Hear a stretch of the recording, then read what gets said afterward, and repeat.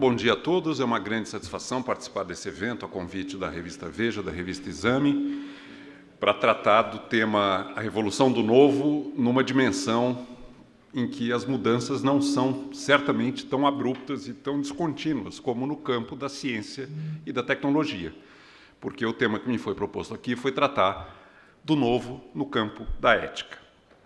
A pergunta que o André Laos me propôs e que eu aceitei é se a tolerância zero com os desvios éticos veio para ficar. E eu já vou adiantar que a minha resposta é que, embora sem dúvida nós estejamos num mundo em que as exigências no campo da ética sejam crescentes, em boa medida por conta da inovação tecnológica, que torna tudo muito mais visível e tudo muito mais público do que era no passado, embora nós estejamos num mundo em que as exigências no campo da ética sejam crescentes, eu acho que seria irrealista imaginar que nós vamos alcançar, com base nessas exigências e em códigos de ética mais rígidos, nós vamos alcançar uma aderência absoluta às regras e às normas da ética. Ao contrário da ciência e tecnologia, onde você tem momentos de ruptura, momentos de descontinuidade, verdadeiras revoluções, revoluções científicas, revoluções tecnológicas, pautaram a humanidade nos últimos 300 anos, não existe tal coisa na ética. Não há um momento súbito de regeneração, de revolução ou de mudança em que, subitamente, os padrões de comportamento, as condutas, a aderência a valores e normas se estabelece. Nós temos assimetricamente momentos em que há um colapso da ética. Isso sim. São situações muito definidas, como, por exemplo, a hiperinflação alemã, no início dos anos 20, em que, diante de uma situação de absoluta incerteza e insegurança, sobretudo, as pessoas abriram mão de padrões e de aderência a regras muito elementares da vida. Chegou-se, inclusive, a vender carne humana em açougue durante a hiperinflação alemã, para se ter uma ideia de como o colapso da norma ética pode chegar, até onde isso pode chegar. Exemplo recente também, o furacão Katrina, nos Estados Unidos, mostrou como, diante de uma situação de calamidade, de catástrofe e de muita incerteza, o verniz da civilização com o qual nós contamos pode subitamente ruir e levar a comportamentos de transgressão generalizada, com muita violência e com muito sofrimento. Saques, estupros, roubos e tudo mais. Então, há uma simetria no campo da ética. Em momentos específicos particulares, o colapso é uma possibilidade, quando há uma calamidade, quando há uma ruptura das condições normais de vida, mas não há precedente de uma sociedade que tenha dormido corrupta e acordado virtuosa. Isso não acontece. Bom, eu vou tratar o meu tema, que é vastíssimo, mas eu vou procurar aqui um esforço heróico de síntese, indo do geral para o particular. Eu queria fazer algumas observações de caráter mais conceitual, analítico, falando, em primeiro lugar, da diferença entre moral e ética, e, em segundo lugar, sobre o que determina o grau de adesão das pessoas às normas de conduta, e depois trazer essa discussão para a ética nas organizações e um pouco do contexto brasileiro. São muitos assuntos, eu vou tentar ser bastante sintético aqui e compartilhar com vocês para que depois a gente possa fazer o debate. As palavras moral e ética são usadas cotidianamente e de uma forma mais trivial como sinônimos, como palavras até intercambiáveis. Para quem estuda o assunto, e para quem quer uma abordagem um pouco mais rigorosa, sabe que não há exatamente uma coincidência entre moral e ética. Períodos como o que estamos vivendo, de intensa mudança de padrões na tecnologia e na ciência, e de mudanças de percepção da realidade provocadas pela difusão das tecnologias de comunicação, períodos como esse que nós estamos vivendo, inclusive, aumentam a tensão entre o que é a moral e o que é a ética, como eu vou procurar ilustrar daqui a pouquinho. Qual é a diferença analítica entre moral e ética? Moral é um código de conduta compartilhado num agrupamento humano. É aquilo que é percebido como certo e errado por um grupo de pessoas. o que é proibido, o que é permitido, o que é obrigatório, o que é facultativo, o que é certo e o que é errado. Todo agrupamento humano, sem exceção, tem um compartilhamento de um código moral, de práticas que são aceitas, de comportamentos que são desejados e aprovados e comportamentos que não o são. A própria palavra moral vem do latim mores, costumes. É aquilo que é socialmente percebido como certo ou errado. Não há agrupamento humano que não tenha algum grau de acordo em relação a isso. Algumas interdições são, inclusive, universais, como, por exemplo, o tabu do incesto ou o tabu do canibalismo. São práticas banidas e interditadas nas mais diferentes culturas ao longo de milhares de anos. Isso é o campo da moral. Quão robusto é o acordo no agrupamento humano em torno do que é certo e do que é errado? Como todo mundo sabe, no campo do comportamento, ele pode ser variável, mais ou menos aderido. No campo cognitivo, esse acordo é muito robusto, é incrivelmente robusto. E a maior evidência disso, a maior ilustração disso, é o cuidado com que as pessoas que não praticam o código moral, o cuidado que elas têm em não se deixarem perceber pelos outros como não praticando o código moral. La Rochefoucauld dizia que a hipocrisia é a homenagem que o vício presta à virtude.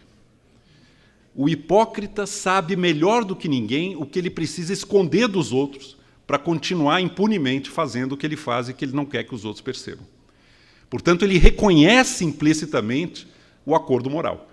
E ele é muito cuidadoso em ocultar dos demais aquilo que ele sabe que não pode ser público, que não pode ser conhecido. Um grande filósofo inglês do século XVIII, um pouco depois de La Rochefoucauld, Joseph Butler, tem uma colocação que eu acho muito precisa em relação a essa robustez do conhecimento do código moral num agrupamento humano. Ele pergunta o seguinte: quer saber qual é a moral prevalecente numa dada sociedade? É muito simples. Observe aquilo que estão todos se esforçando por parecer que são. Honestos, competentes, confiáveis. Todo mundo sabe o que é bom, o que é certo, o que é correto.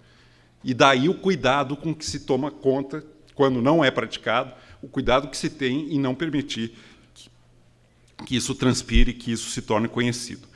Bom, falei da moral. O que é a ética? Há uma enorme sobreposição entre moral e ética, mas a ética tem uma diferença crucial. Ela introduz no acordo moral um elemento reflexivo, um elemento crítico. O fato de que alguma coisa é costumeiramente percebida como certa ou errada, como proibida ou facultativa, ou correta ou indesejável, ou tudo mais, o fato de que algo é compartilhado numa comunidade, é compartilhado socialmente, não estabelece por si só a validade do ponto de vista ético daquele comportamento, daquele costume. A ética nasce na filosofia ocidental com a pergunta que Sócrates propõe provocativamente. Aliás, ele foi tão provocador que ele acabou condenado à morte por conta do incômodo que ele gerou na sociedade, mas é a pergunta que ele faz quando afirma que a vida não examinada não vale a pena ser vivida. Quando ele propõe essa reflexão de examinar, de avaliar criticamente, de refletir sobre aquilo que todos percebem como sendo certo ou errado, facultativo ou obrigatório, permitido ou proibido, quando ele introduz esse elemento de dúvida, ele era a mosca irritante, quando ele provoca as pessoas a pensar se o que estão percebendo como certo e errado é de fato certo e errado, e por quê, ele provoca o surgimento da ética, que introduz o elemento de reflexão, um elemento reflexivo. Na história da filosofia, os estudiosos gastaram muito tempo buscando dar consistência aos julgamentos éticos. Qual é o critério que sustenta a aceitação ou não de um comportamento? É um critério, vou usar uma palavra complicada, deontológico, em que há um dever, há um sentido de obrigação moral que não é circunstancial às condições particulares, ou, por exemplo, uma outra abordagem consequencialista. Nós devemos julgar a aceitabilidade ou não das nossas ações de acordo com as suas consequências. Então, algumas normas são mais flexíveis e adaptáveis de acordo com as circunstâncias. Apenas para ilustrar dois caminhos de reflexão ética que são muito relevantes na história da filosofia moderna: o caminho kantiano, do imperativo categórico, que é esse sentido de dever intransigente, ou o caminho utilitarista, o caminho consequencialista, em que nós devemos julgar na ética de acordo com as consequências, fundamentalmente com o impacto disso na felicidade e no bem-estar humano. Há, portanto, uma tensão entre moral e ética. Momentos de mudança, como o que estamos vivendo, exacerbam a tensão entre a moral e a ética. Eu queria propor um exercício para vocês, que eu acho que depois pode ser objeto de discussão nas mesas, que eu acho muito interessante para a gente refinar a nossa abordagem em relação à ética. Costumes e comportamentos que eram moralmente aceitáveis na geração dos nossos bisavós e avós deixaram de sê-lo. Por exemplo, a escravidão, por exemplo, a punição física dos alunos nas escolas, por exemplo, a criminalização da homossexualidade, até mesmo chegando à castração química dos homossexuais, como foi feito com o grande lógico inglês Alan Turing, para dar apenas um exemplo. Práticas que eram corriqueiras, podia citar muitas delas, aos nossos olhos parecem extremamente aberrantes. A maneira como se tratavam as adúlteras no mundo do Antigo Testamento, que eram apedrejadas, por exemplo, nos parece alguma coisa exagerada, sem dúvida nenhuma.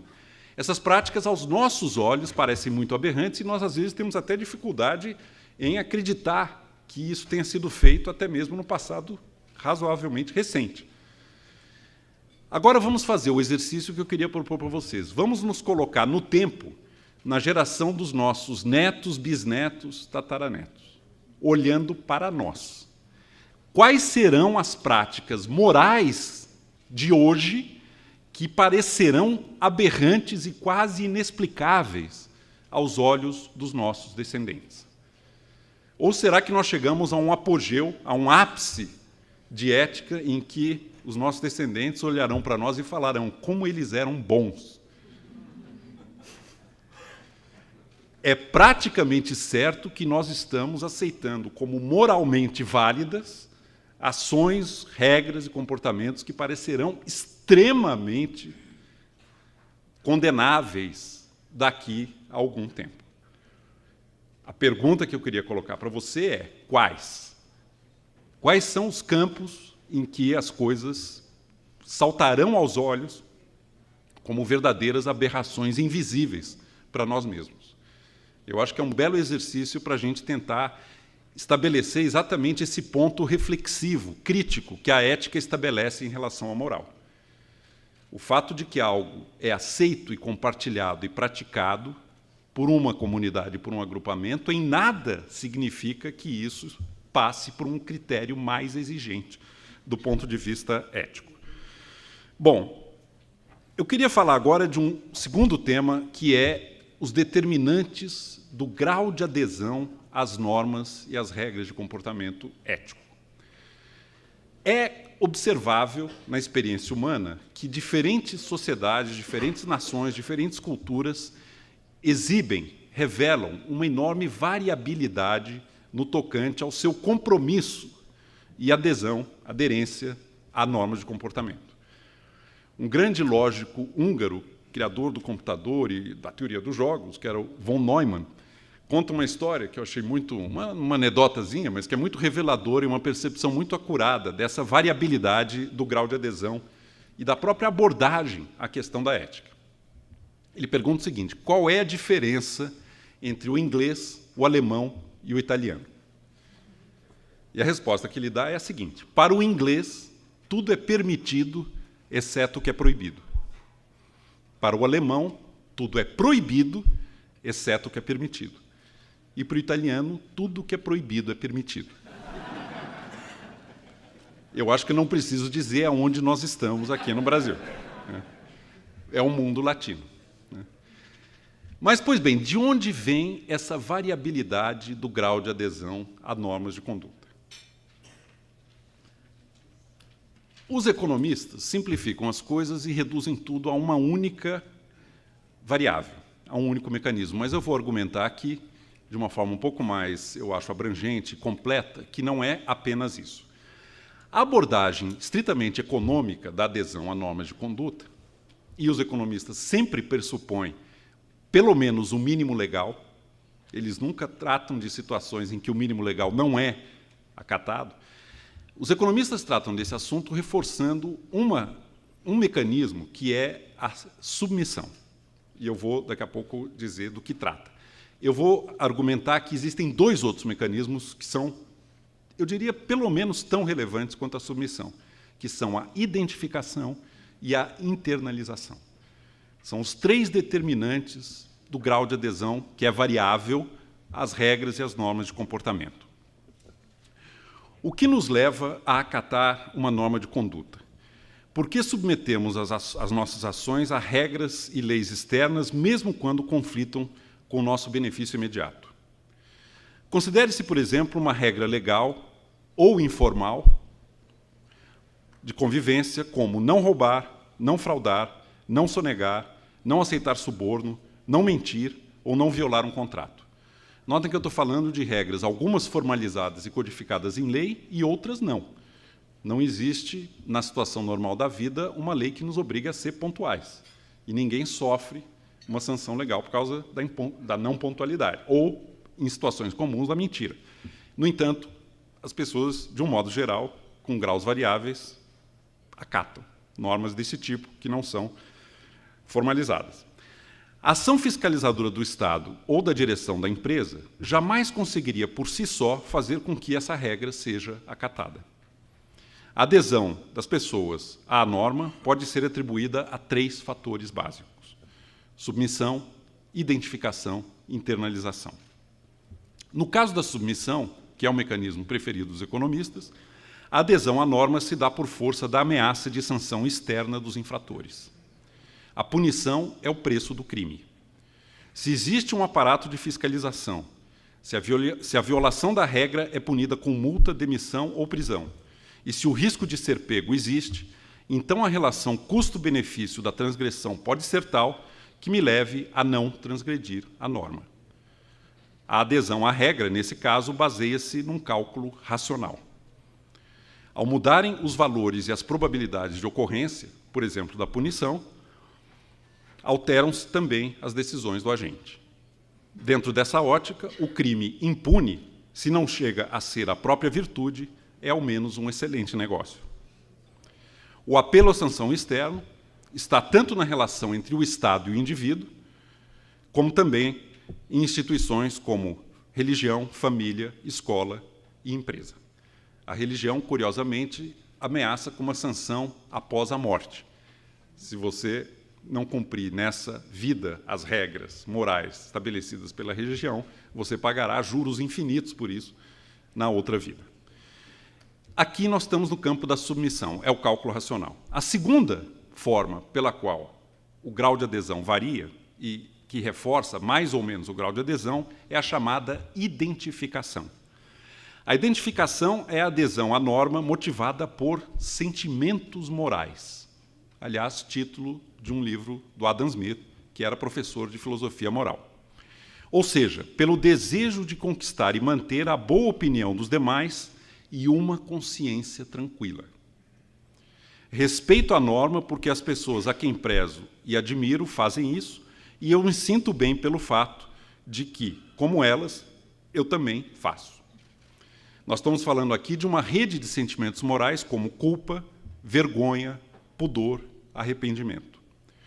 O desejo de estar bem comigo mesmo e de comandar o apreço e o respeito dos demais, especialmente daqueles que são importantes para nós, a começar do círculo familiar, atuam aqui como incentivos ao cumprimento da norma.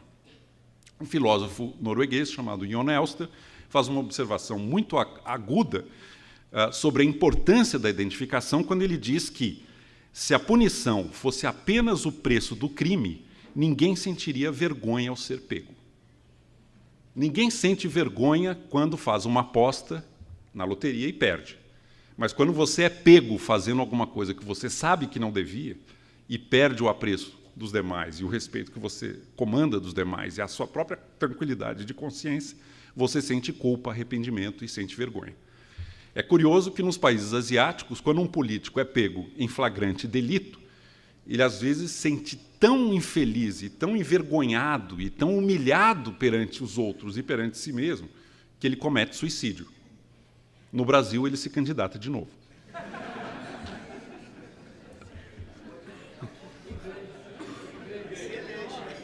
Ou então ele estende o seu mandato na presidência de alguma das casas do Congresso, enquanto for possível, né? E o pior é que é eleito, né? Bom, finalmente, a internalização. A internalização é o mais sofisticado dos três. Vejam bem, a submissão é uma questão de fiscalização e punição, a identificação é uma questão de sentimentos morais incutidos na família, a instituição relevante para a formação de sentimentos morais é fundamentalmente a convivência, desde a primeira infância, no âmbito familiar, aprendida mais ou menos do mesmo modo como nós aprendemos um código linguístico. O terceiro mecanismo de adesão é a internalização. A internalização é a decisão de acatar a norma com base numa reflexão ética. Respeito à regra porque acredito tratar-se da conduta sã e razoável. Entendo a importância da norma e estou convencido de que a vida em sociedade ou na organização a que eu pertenço, ou que eu lidero, requer o de respeito a um conjunto de regras de interesse comum. Parte dessa análise ligada à internalização é a ideia de que a generalização da transgressão, a partir de um cálculo racional de cada um sobre as vantagens de fazê-lo no seu caso pessoal, levaria a uma situação na qual todos terminariam sendo prejudicados pela deterioração da confiança interpessoal, da segurança nas relações, da eficiência e da previsibilidade das ações. Isso teria um enorme, e tem um enorme custo econômico e um enorme custo de bem-estar. Se a identificação é fundamentalmente a família, a internalização é fundamentalmente a educação formal e a liderança dentro das organizações. É fundamental para um líder numa organização transmitir a importância do respeito ao código. Não adianta ele estar simplesmente escrito, mas ele tem que ser internalizado. As pessoas têm que entender que aquilo existe não para tolher, não para impedir que as pessoas façam melhor e que elas busquem aquilo que desejam, mas para que todos possam compartilhar aquele ambiente da maneira mais frutífera, com a maior eficiência, com a maior segurança, num ambiente de confiança interpessoal. Não é uma tarefa fácil. Eu vejo muitas empresas que fazem códigos de ética impecáveis, com um nível enorme de exigência, mas não têm a menor preocupação em tornar isso parte do DNA, parte do pensamento original e entranhado de cada um daqueles que pertencem e que convivem nesse espaço organizacional. Seria irrealista esperar que qualquer um desses três vetores ou mecanismos de reforço da adesão a normas de conduta qualquer um deles sozinho pudesse dar conta do recado.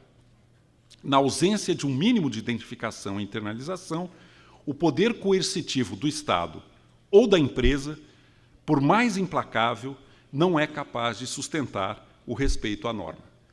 Um exemplo flagrante disso e muito eloquente foi a tentativa do Estado americano, no início do século XX, de implantar a lei seca, interditando da vida em sociedade o consumo de bebidas alcoólicas. O que gerou foi uma tremenda situação de anomia, em que a regra era flagrantemente desrespeitada, porque não havia um mínimo de identificação e internalização, acabou levando a uma extensão do crime organizado, a práticas ainda piores de consumo e de divulgação e de convivência, o que acabou levando a um retrocesso. Outros exemplos poderiam ser dados e talvez seja parte também do nosso debate os limites da submissão como mecanismo de garantia de adesão a normas de conduta. Na prática, portanto, a adesão a normas é motivada não por um ou por outro, mas por uma combinação de submissão, identificação e internalização. Eu queria trazer agora isso para o mundo da ética nas organizações e falar um pouco, na conclusão, do contexto brasileiro, no momento em que nós estamos. O modelo tradicional de empresa, que ainda povoa boa parte da imaginação e até dos livros textos de economia, é a ideia da empresa como uma função de produção fria, na qual se combinam trabalho e capital, submetida à disciplina do mercado. O que se pede de uma empresa e o que a empresa tem obrigação de fazer dentro desse modelo tradicional é simplesmente buscar o seu autointeresse, a maximização e a otimização dos resultados, sujeita a cumprimento do mínimo legal. O mínimo legal, inclusive, é dado de barato. O mínimo legal está lá. Hoje nós percebemos que esse modelo tradicional da função de produção fria, a empresa submetida simplesmente à disciplina do mercado e perseguindo a maximização dos lucros, falha não apenas do ponto de vista ético, mas também, inclusive, do ponto de vista estritamente econômico. Quem melhor formulou a visão e o modelo tradicional de empresa foi o Milton Friedman, grande expoente da escola monetarista da Escola de Chicago, afirmando o seguinte: olhem que coisa, isso escrito mais ou menos na década de 70 do século passado. Poucas tendências, abre aspas, poucas tendências poderiam minar tão completamente os próprios fundamentos da sociedade livre, da economia de mercado, quanto a aceitação por parte dos dirigentes de empresa de uma responsabilidade social outra que não a de fazer tanto dinheiro quanto for possível para os seus acionistas. Isso é a definição estrito sensu da empresa no modelo tradicional de uma economia de mercado. Tudo mais se subordina e se submete ao imperativo de maximização do retorno sujeito ao mínimo legal, dentro dos marcos estabelecidos pela lei vigente na economia, na sociedade. Isso aqui está errado, não apenas do ponto de vista ético, mas também do ponto de vista econômico. Por estranho que pareça, talvez à primeira vista, há um sentido em que gerir empresas se assemelha a experiências como a amizade, o amor sexual e a crença religiosa. Ter amigos costuma trazer vantagens práticas na vida. O amor correspondido abre as portas para as delícias do sexo. A fé religiosa, vamos supor, é o caminho da salvação eterna. Mas se você inverte as coisas e coloca o carro na frente dos bois, o resultado será o contrário do que se poderia esperar. Se você passa a cultivar suas amizades para obter vantagens, a calcular o afeto para desfrutar do sexo e a frequentar a igreja para ser salvo, então o resultado provável é que você acabe não só sem amigos, sem amor e sem sexo, e sem fé, mas termine perdendo até mesmo aquilo que você queria: vantagens, orgasmos e o paraíso. Da mesma forma, se a empresa é boa, ou seja, se ela tem um acordo ético robusto e internalizado, é provável que ela seja também lucrativa e remunere adequadamente os acionistas. Mas se ela existe apenas, única e exclusivamente, como quer o Milton Friedman, para dar lucros e remunerar os acionistas, tudo mais subordinado a isso, é provável que essa empresa se torne, com o tempo, pouco mais que um contrato fortuito e mercenário entre adultos calculistas, uma situação capaz de disparar os alarmes do mais tolerante acionista. Está claro o argumento? O papel da liderança é exatamente garantir que essa empresa encontre um propósito na sua existência e uma legitimidade na sua comunidade, na comunidade em que ela existe, que dê a ela uma razão que transcenda a simples máxima ou imperativo do retorno e da remuneração dos acionistas. Se você inverte e coloca o carro na frente dos bois e submete tudo a essa lógica, você vai estar desperdiçando aquilo que é de mais valioso dentro da empresa. E agora eu estou falando numa ótica econômica, que é o conhecimento latente disponível no cérebro de cada um daqueles que nela atua. Se você não mobilizar esse conhecimento com liderança e fazer com que as pessoas se sintam engajadas como pessoas humanas naquilo que fazem, elas não vão dar o melhor de si.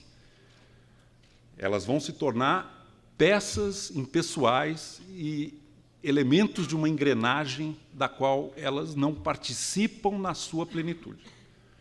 Você só vai mobilizar esse conhecimento latente para que cada um faça um pouco melhor aquilo que faz, para que cada um inove naquilo que faz, para que cada um traga o que tem de melhor para a sua atividade, para a sua função, não importa quão aparentemente irrelevante ela possa parecer na ordem geral das coisas.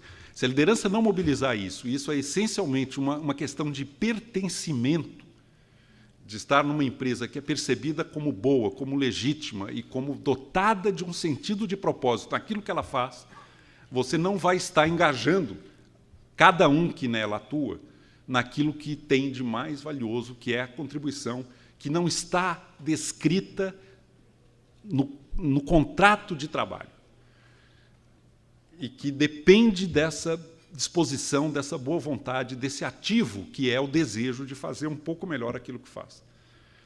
Uma empresa precisa, no mundo em que nós estamos, legitimidade perante os seus participantes e perante a sociedade, a comunidade em que ela atua. Estamos num mundo em mudança em que a tecnologia torna tudo quase que instantaneamente público e qualquer desvio, qualquer escorregão, qualquer prática que seja percebida como errada e que se torne visível no espaço virtual pode causar enorme dano reputacional e provocar até mesmo o desaparecimento de uma empresa. Este é um elemento que torna a questão de um código de ética robusto, no sentido da submissão, da identificação e da internalização, um fator de primeiríssima ordem na sobrevivência e na eficiência e na inovação. Eu queria dar uma última palavrinha, se ainda temos tempo para isso, André, queria dar uma última palavrinha sobre o contexto brasileiro, em que um elemento adicional a tudo isso que eu falei, e perturbador no campo da ética, dificulta muito um patamar mais maduro e mais profícuo no campo das relações humanas.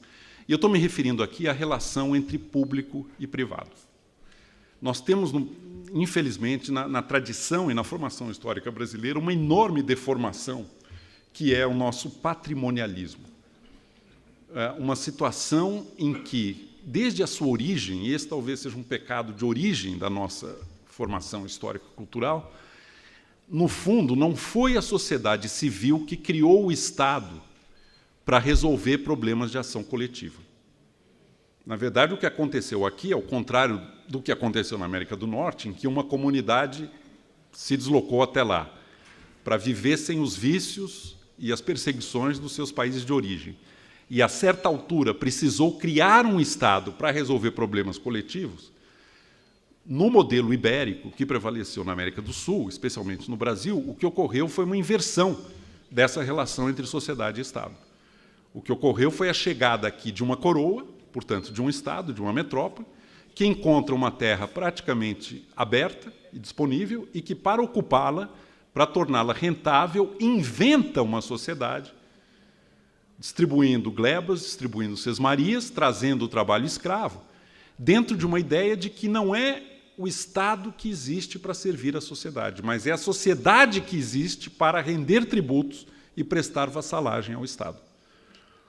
E como o Raimundo Faoro mostra em Os Donos do Poder, incrivelmente esse modelo prevalece ao longo de 6 séculos na história da América do Sul e na história do Brasil.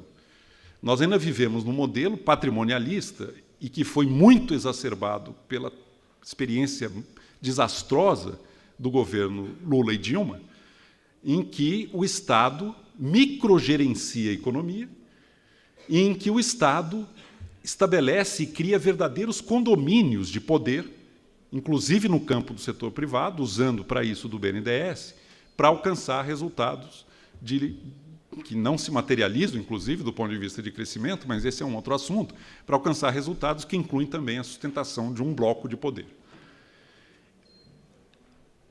Quanto maior o microgerenciamento e quanto mais importante é esse condomínio de conluio entre setor privado e setor público, maior a probabilidade, maior o espaço para práticas corruptas e para má utilização de recursos públicos e privados. O que nós estamos vendo agora na Operação Lava Jato é o paroxismo de um modelo patrimonialista calcado em microgerenciamento e condomínio de poder.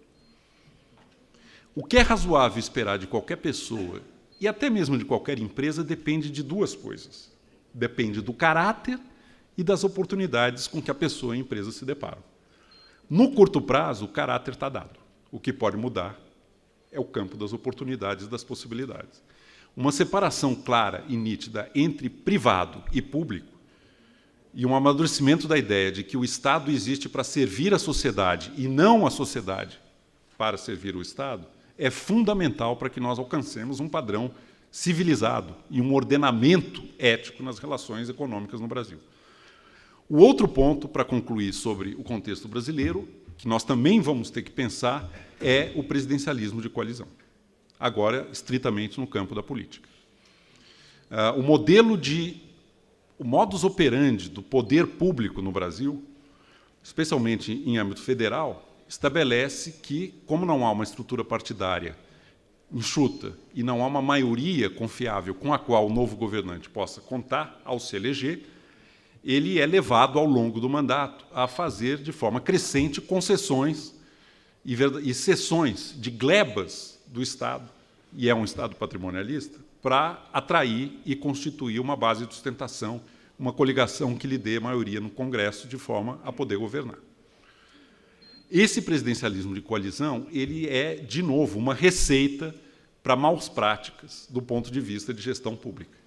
Cessão de ministérios, cessão de cargos em estatais, emendas parlamentares, verbas, concessões, benefícios, simplesmente em nome de garantir uma governabilidade que permita a aprovação de uma ou outra medida importante no Congresso. Esse modelo, que já vinha claudicando, eu tenho a impressão que, com a Dilma Rousseff, ele faliu.